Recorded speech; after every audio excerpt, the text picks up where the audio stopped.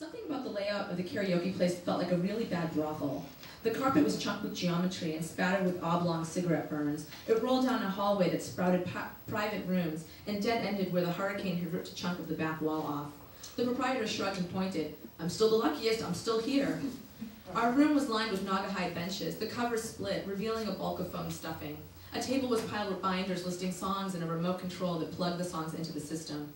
The proprietor demonstrated. The greatest love of all chimed into the room, joined by a video of sheep in a meadow. The sheep turned to face the camera, chomping on grass. It looked alarmed. "Everybody's searching for a hero," the words lit up across the pasture. "Never found anyone who could fill my dreams." The guy left with a wave. "Man, he's demented," Marcus cackled. He took hold of a mic and tossed it meanly at Angela. "Sing, bitch." The binder was full of music I'd never heard of. Maybe it was Florida music. There was a strange amount of offerings from Stryper. Lots of metal, Megadeth, Pantera. "They got I left my heart in San Francisco," Hank offered. They laughed. I inched closer to pregnant Angela. She was 17 and I was 30, and somehow I felt like she was the one to protect me in this place, not the reverse. Angela with her shaved head and long bangs and absurdly elfin nose. Angela screwed Hank and Marcus, and I screwed her brother, who would soon be dragging himself through mud with a rifled clutch to his chest, while some old man prodded him with calls of faggot. I watched them all drink, inhaled the collective yeasty stink. It had been weeks since I had done anything but smoke Aiden's useless pot. I thought, maybe this was the real reason I'd come to Florida. Not to help my mom, but to find a new life that alienated me enough to make my old life look good. My old life was sleeping around with girls and getting too wasted and not keeping jobs. It had begun to feel pathetic, but as it turns out, I didn't understand what pathetic could be. It was like San Francisco was a fairy ring of unreality that enchanted time itself. You played while outside the world aged and died. Time marched on and wars exploded. This was America, something San Francisco was not involved with. The thought hit me hard. This is America. Inside the karaoke room, which had the unmistakable vibe of a place where women had had bad sex for money, Angela sang Eminem.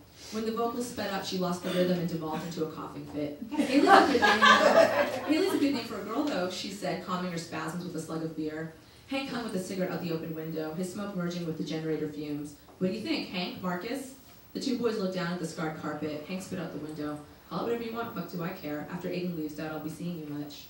The Eminem beat rolled on. On the television, an undersea landscape of tropical fish. A snorkeler kicked by with a tube in her mouth.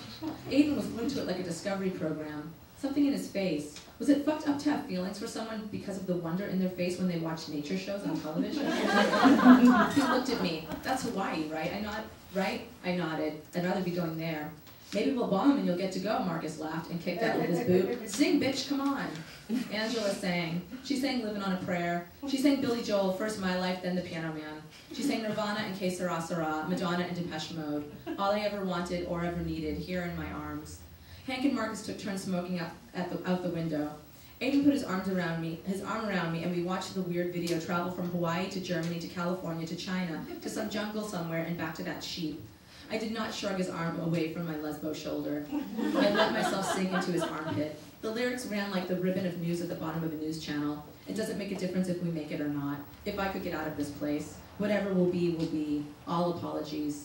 I lifted my hand up and clutched at Aiden's arm. Aiden was a mystery to me, but an arm I understood. An arm was perhaps inherently good. A thin cloud of diesel hung in the room. Beer bottles rolled into a pile at the carpet. Aiden's arm with its muscle and tendons. I palmed my way up to the back of his neck and cupped it. I felt the short hairs at his nape, the weird lump in the front of his throat. "Get a room," Hank burped like a toad, and Angela sang, "Those one-track minds who took you for a working boy." I pulled Aiden out of the karaoke room, into the hall, the fluorescent lights flickering weakly in time to the generator's strain. I pulled him down the hall. I pulled him to where the building broke away into darkness, the chaotic Floridian night beyond. Nature had torn human effort away, restoring the primacy of the swamp, the mosquito, everything that slithered at the bottom of the dark night. Erica, he dug the heels of his shit-kickers into the threadbare carpet, where many men before him had apparently dug their own heels, embarrassed to sing a song or fuck a whore. "It's cool," I insisted. "Come on, what do you care? You'll be doing worse than this soon." Together we jumped from the hole in the building. The weeds rose cool and sharp up my legs. Before us might as well have been the void, so dark it was, like the storm had blown the very world away. Angela's voice warbled out, sweet, the struggle in her throat. "I hope we live to tell the tale. I hope we live to tell the tale." Aiden's body was not the mystery. Nothing about a body was a mystery. A body was nothing if not blatant, obvious, not a big deal a body.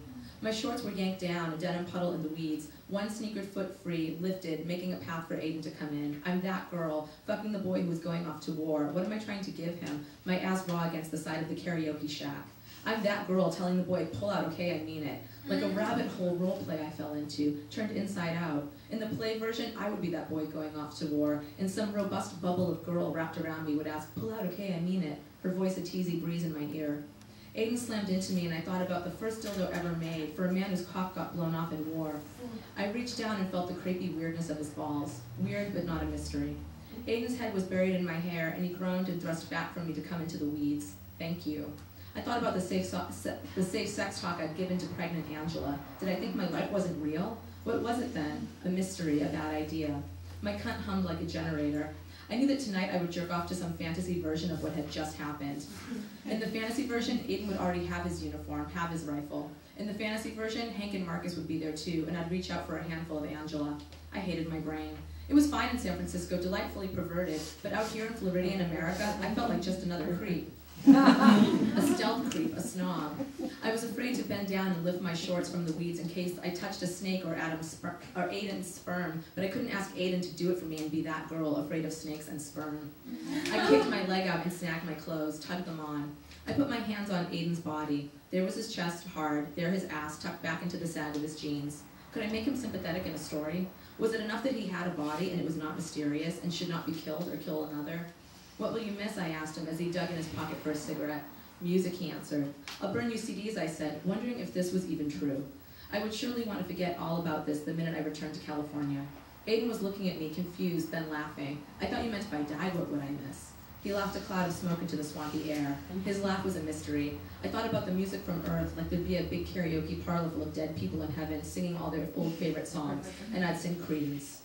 They had Creedence in the laminated book back inside the little room. Angela's voice was silent. I was afraid of going back, that we'd find her having sex with Hank and Marcus, or else the three of them dead from diesel fumes. Aiden crawled back up inside the broken building, the floor splintering out beneath his boot. He offered me his hand, that part of his body. I grabbed it. Thanks.